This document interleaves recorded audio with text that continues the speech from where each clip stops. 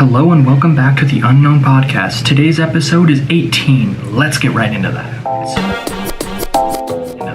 So, recently I traveled to Florida from Toronto, and I've got to say, planes, like, if you travel a lot, it gets a little bit better, but oh man, it hurts. Like, I get a lot of pressure in my the front of the top of my head, and then usually get a headache. And popping your ears, that is the weirdest thing, because it just starts like, you feel all the pressure, and then boom, pops. It's like, what's going on? What's going on out there? And I've got to say, the weather, oh my goodness, it's so much better, because recently in Ottawa, where I originally stay, because it's my parents who live close to Toronto in the GTA, and I live in Ottawa, it is freezing. We got like 30 centimeters of snow, and we had such bad storms, like snowstorms and stuff like that, that it actually shut down pretty much my area. And the snow plows were doing their thing all throughout the day, all throughout the night, and it was still snow everywhere. Driving was insane. Like, you drift just trying to make the slightest turn. And I had to go out and buy a shovel and shovel away, and it just isn't bad, but like, it's just something I hadn't previously done, and I've been going to school now for like 3 years, and this is the first time that I've had to do it. So I know the snow's been bad, should have done it before, I know. Anyways, I'm in Florida. It's amazing. The weather is really great. Hotel's really nice. Food, awesome. I've been getting up early to go to my sister's horseback riding, which is really cool, really entertaining, and they're incredible. They can jump those horses so high, and I guess it might just be me, but horses are kind of like, they're really sweet creatures, but they're also so intimidating. Like, if you look at them, they have massive muscles. Their veins are popping out. Like, once my sister took a horse on a nice little run out, and it was like this, like, I guess, barn, indoor barn, but it was still really cold. And by the end of it, the horse had like steam coming off of it. Like, it was, I guess it was sweating or whatever. It was warmed up and ready to go, but it was steaming. That's how they're massive creatures, but they are very sweet. Like, I know, like, I pet it and I was afraid at first, but once you get close to them, they're really, really sweet creatures. And it's really incredible watching all of these like younger people riding them like it's nothing. Like, it's impressive. And it's the same thing when you go like skiing or something like that, which I recently started getting kind of decent at. When you see these kids go down the hill, like it's nothing, it's like, oh my goodness, what am I doing? But yeah, no, some people are very impressive. They start things at a young age, and then by the time they're older, like, they're stars. And this is the case of my sister too. She's getting really good. Anyways, I wanted to talk about a video I recently filmed, and it was about this 34-year-old virgin who was kind of like having his first date. His name was Skippy, and the video is quite cringy, I'm not gonna lie, but it was just weird. Like, he was making shirts and stuff like that, which were kind of funny, and I was just kind of thinking, like, okay, that's how he's making some money, but like, other than that, he's 34 years old, and if he's still a virgin, what's he doing? Like, usually the way I think about it is, you have like different aspects in your life where you can have a certain amount of time, but at a certain point you only have so much time in your day that they kind of conflict. So you've got like your social life, your academic life, your work life, and like your sleep or whatever. So now think about these four things. You can only have so much of it. So you can only have, like, say, a good social life and a really good work life, and then your academic life and your sleep are going to be kind of like conflicting a little bit. So now think about it. If he doesn't have a good social life, like, at all, he doesn't really have much of a good work life. No academic life was mentioned there, and I don't know what his sleep is like. I mean, how can you still be living with your parents? Because this guy was still living in his parents' basement, and he was completely content with it. Which, I mean, hey, like, you gotta do what you gotta do. If your parents are willing to take you in, why not? But at 34 years old, like, that's kind of, like, it's kind of suspicious. Like, I don't know what you would be doing for your whole life where you don't have a girlfriend or a social life at all, and you're not really working other than selling shirts, yet you still live in your parents' basement and there's no like aspirations, you know? Like, even young kids who don't go to college or whatever, they have a lot of them have aspirations. Like, they're like, okay, like I want to be doing this and this and this, and they've got other means of going through those processes, you know? So it's like, you know, what's Skippy been up to?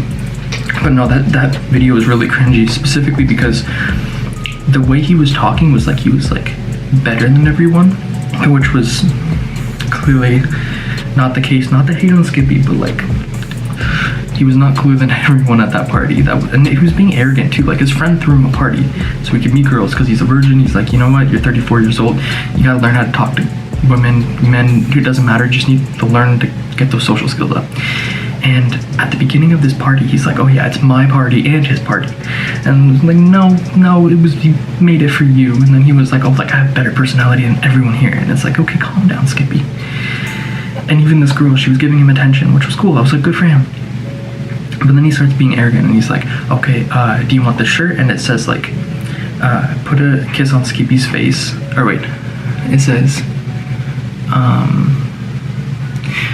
I kissed Skippy for 3 minutes and all I got was this lousy t-shirt.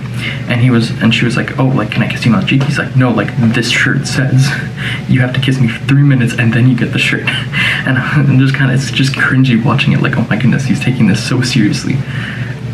Excuse me, and he's not taking a clue.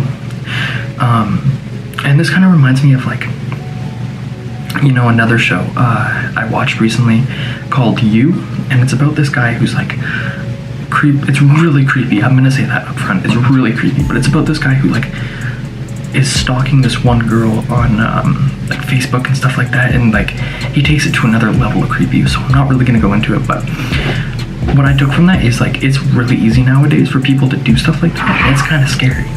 Like, it's freaky how much information people can get on you out there without even like really trying that hard. And they don't even have to have like these crazy computer skills in order to do it, which is really scary. It freaked me out, I'm not gonna lie. But that's not the only thing I've been thinking about recently, because age is really freaky.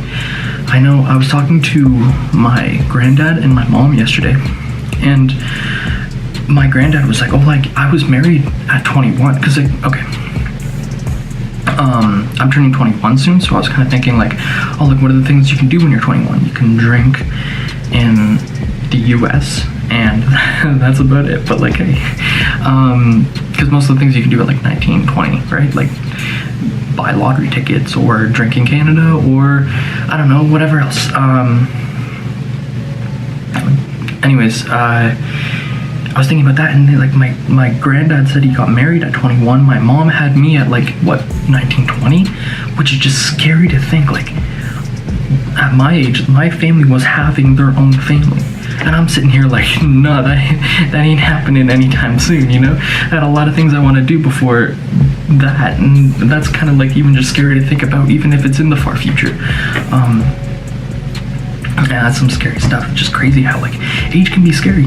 Age can be very scary. And okay, so I came across these two sayings. So I'm gonna debate them a little bit.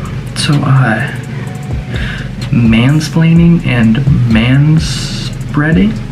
Recently, I've been called out by my girlfriend and my friends for manspreading. So what this is basically like, apparently men take up more of an area with their legs, like they spread their legs out like this, whereas typically like women would be like normal, like just have their legs like normal, and then you have the men, women, men, right? And they just take up a lot of space with their, I don't know, men leg positions. And I gotta say, like, I find that kind of silly. Like, let's think about this for a second.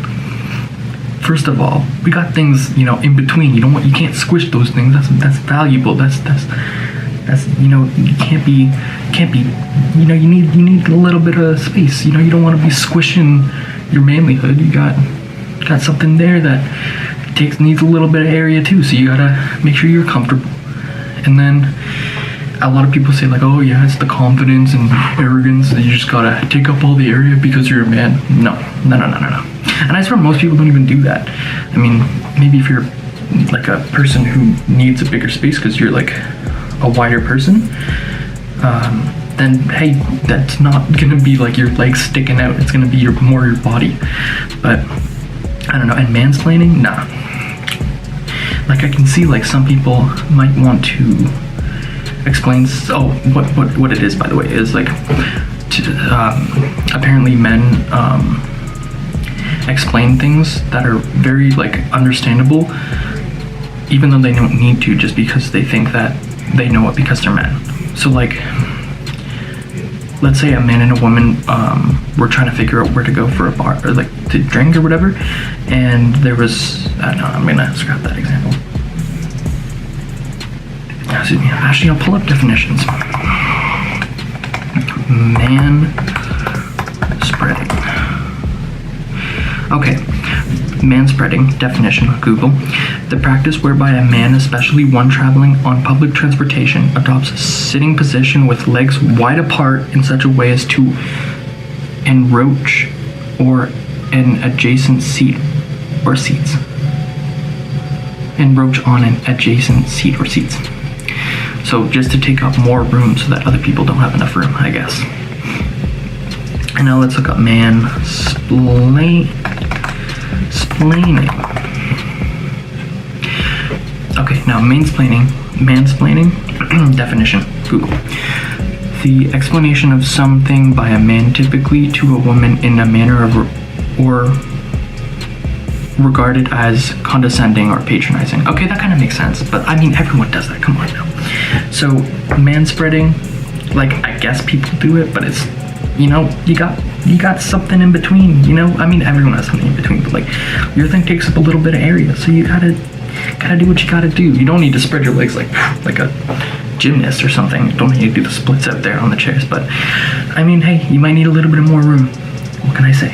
But mansplaining, I gotta say, that one everyone does. It's not just men. So yeah, that's my little spiel on men-splaining, spreading. Both sound the same, actually. Also, I had an argument with my friend on the way back from Ottawa to Toronto while we were driving, and it was about how like you can literally lie your way to the top. Oh, sorry.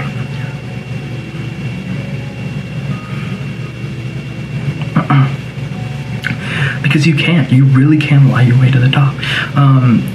Like in terms of like social situations, you can lie your way to the top easy. You can lie on your resume and get a job you're not really qualified for. I mean, it's illegal, but you could lie your way to the top. And think about it. If like you feel bad about it, you feel bad about it. Most people, I don't think, could do it. But think about the people who literally from like the Fire Festival or something like that, which was a festival which I'm sure they wanted or had the best intentions to make it successful, flopped really badly, and they didn't tell anyone anything. So people ended up going to this festival, having terrible food, not proper shelter. When it rained and stuff like that, they were like stealing stuff. It was chaos. And meanwhile, they were promised all these things that they just couldn't deliver on. And they paid a lot of money for this, which, I mean, you could say like, oh, like they shouldn't have paid their money if they didn't know what they were getting into. But I mean, it's just another example of how like you can lie and deceive your way to the top. You can make so much money off of that. And then he was saying like, yeah, but like if you're not, there's no one who can like, there's no one who would be able to just lie consistently for the rest of their life. I mean, things slip through the cracks, and I'm thinking like, it depends, because there's people who are who their whole like goal is to just climb up the ladder. So if you're able to lie little bit by little bit in order to like push yourself up, eventually that's going to become easy for you, and you can like work your way all the way to the top, which is kind of actually really scary. I mean, hey, who knows who's been out there doing it. Another thing I wanted to talk about is where do swear words come from? You ever think about that? Like, you ever think about like the, like, I guess it has like ancient, well, we just decide that these words are like bad. Just boom, it's bad. You say it to someone and they're not gonna be happy just because the word is bad. But I don't know, that's kind of weird.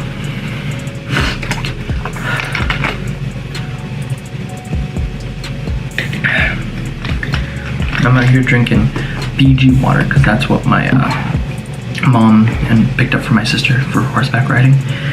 And you know what? I don't really know if it's like a placebo because like, is this water any different than like water from somewhere else? Maybe. I don't really know. I mean, I know that a lot of different water companies have different pH levels in their water.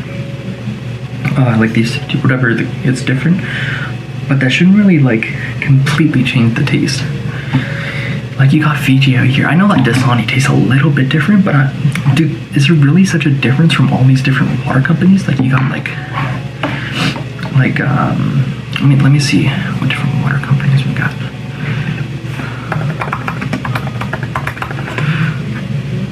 Okay. All right, so you've got like Evian, Fiji, you've got Dasani, you've got Voss, you've got Aquafina. Like, can they really be that different? I don't think so. It might just all be like placebo, you know? You could be falling for it, but I don't really know. I mean, I feel like the Fiji does taste good, but I don't necessarily think any of them taste like bad. If you're thirsty, you're just gonna drink it anyways. But Dasani is specifically probably not my favorite, and I know that is kind of going against my argument that they don't taste that different because I feel like that one's a bit stronger and it's got like a distinct taste.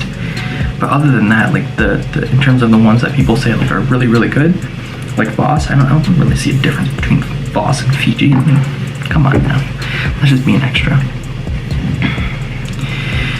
Anyways, I will be back to you with another episode soon. Thank you. I really hope you enjoyed this one, and I'll see you in the next one. Peace.